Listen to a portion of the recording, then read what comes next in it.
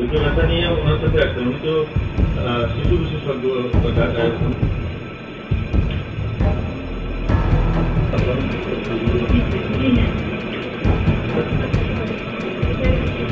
আমি মোহাম্মদ আলমগীর হোসেন সিদ্দিকী। আমি একজন ওষুধ ব্যবসায়ী। আমার বিএমডিসি থেকে D1376 লাইসেন্সধারী আমি একটা ডিপ্লোমা ডাক্তার। আমার কাছে কিছু সংখ্যক অজ্ঞাতনামা পরিচয়ে কিছু সংখ্যক লোক আমার রুগীর পরিচয়ে আমার চেম্বারে আসে। তো রুগীর চেম্বারে আসার পরে আমি তাদেরকে দেখি, দেখার পরে গাইনি মহিলা রুগী ছিল, তো আমি তাদেরকে গাইনি ডাক্তারের কাছে রেফার করি।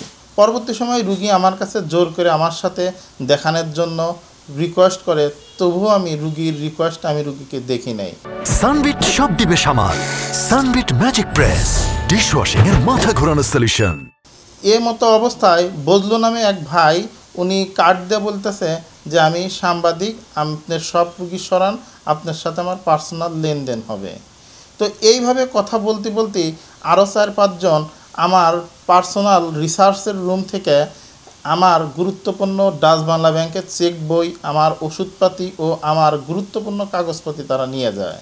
তো আমি তাদেরকে, আমার সাথে কথা বলতেছে এক গ্রুপ, আর এক গ্রুপ আমার পাশের রুমে যায়, তারা সার্চ করতেছে এবং আমার জিনিস নিতেছে।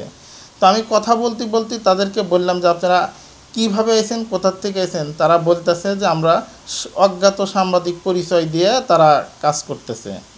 তো আমি এই বিষয়ে তখন ডেমরা থানায় একটা যে সাধারণ ডায়েরি করি। এলাকাবাসী আসে নাই তখন? হ্যাঁ, এলাকাবাসী আসতেছে। এলাকাবাসী যখন সামনের দিকে আমি যখন উঠে যাই যে আপনারা তো কাগজপাতি দিতে পারতেছেন না, তখন এলাকাবাসী বলতেছে যে আপনি কোথার থেকে এসেছেন, কোন জায়গার থেকে এসেছেন, আপনি কাগজপাতি দেখান। তারা আমার সাথে তর্ক বিতর্ক করতেছেন। তাদেরই কিছু সংখ্যক মহিলা আমাকে ভুয়া ডাক্তার বলে, পরে তারা যখন সঠিক তথ্য না দেওয়ার কারণে পরে তারা জোর করে গাড়ি থেকে চলে গেছে।